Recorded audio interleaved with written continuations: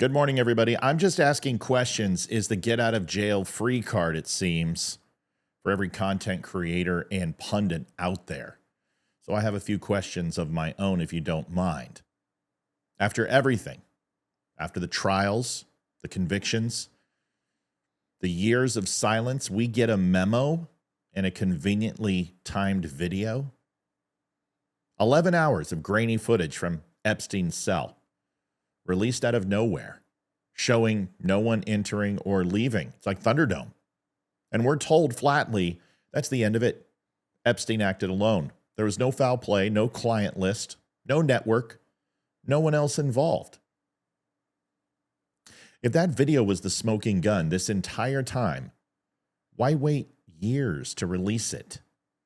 Why not right away? Why not show the world that the footage the day after his death, when the country was demanding answers, asking questions, why let all that speculation and distrust and outrage build for years?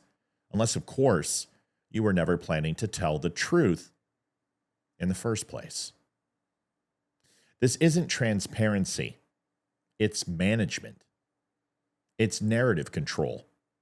It's a government that held all the cards and waited for public attention to drift and then slipped this memo out the back door, hoping no one would notice, even with binders full of nothing. But we noticed, because the story they're telling us makes absolutely no sense at all. Jeffrey Epstein and Ghislaine Maxwell weren't just creeps and weirdos. They were convicted of operating a massive industrial-scale sex trafficking ring. Thousands of victims, verified, testified, prosecuted. So ask yourself, how do you traffic thousands of girls to nobody? Where are the buyers? Where are the men who paid? The men who flew to that island? The men seen in those tapes? The men named by the victims? Where are they? We're told they don't exist. We're also told that Donald Trump's on the list that doesn't exist, but why wouldn't Biden have released that and ensured that Trump never had a chance to run again? Because we know it's a lie. But what about all the other things? Are they lies as well? We know that really no one knows the answers anymore because this thing has been so twisted and convoluted and used as political gain, not just by politicians, but by the pundits, by the talking heads. But we know for one thing for sure, Prince Andrew, he paid tens of millions to make one victim's story disappear. That was never denied.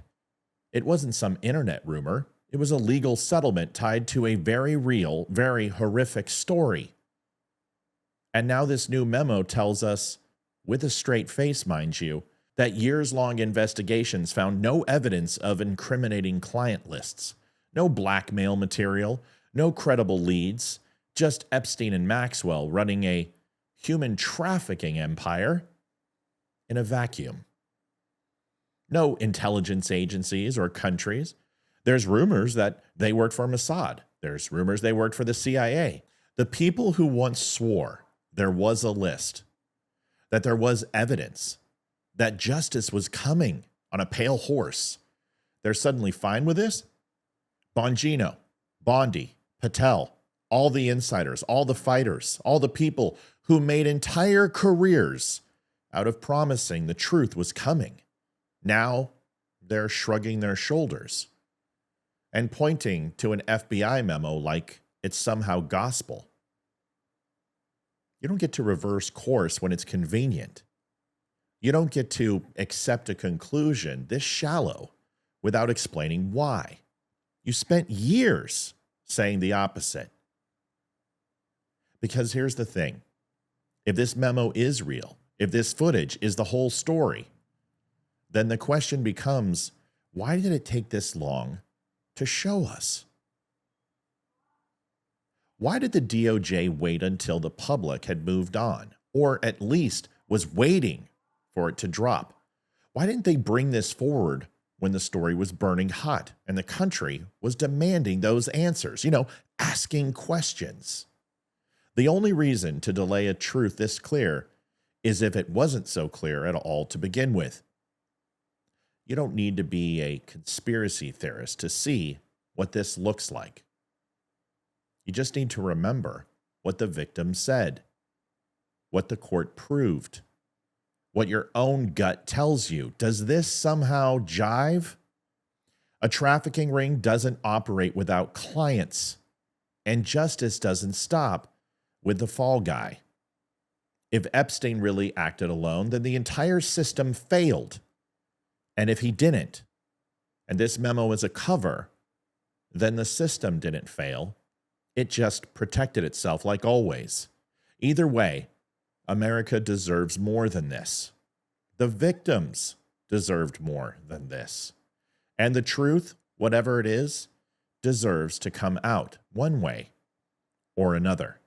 Not when it's convenient, not when it's on your desk. I saw your appearance at CPAC with Ben and with Ted Cruz. And one of the things that you alluded to, and this is something Donald Trump has talked about, the DOJ may be releasing the list of Jeffrey Epstein's clients. Will that really happen? It's sitting on my desk right now to review. That's been a directive by President Trump. I'm reviewing that. I'm reviewing JFK files, MLK files. That's all in the process of being reviewed because that was done at the directive of the president from all of these agencies. So have you seen anything that you said, oh my gosh? Not yet. Okay. Well, we'll check back with you. But then it doesn't exist. But when it matters, people keep saying to me, give them time. But how much time do they actually need? It's been years. Epstein died in 2019. Maxwell was convicted in 2021. The evidence has been there. Flight logs, testimony, video, victims. If not now, when? Justice delayed this long isn't caution, it's cover. What else could it possibly be?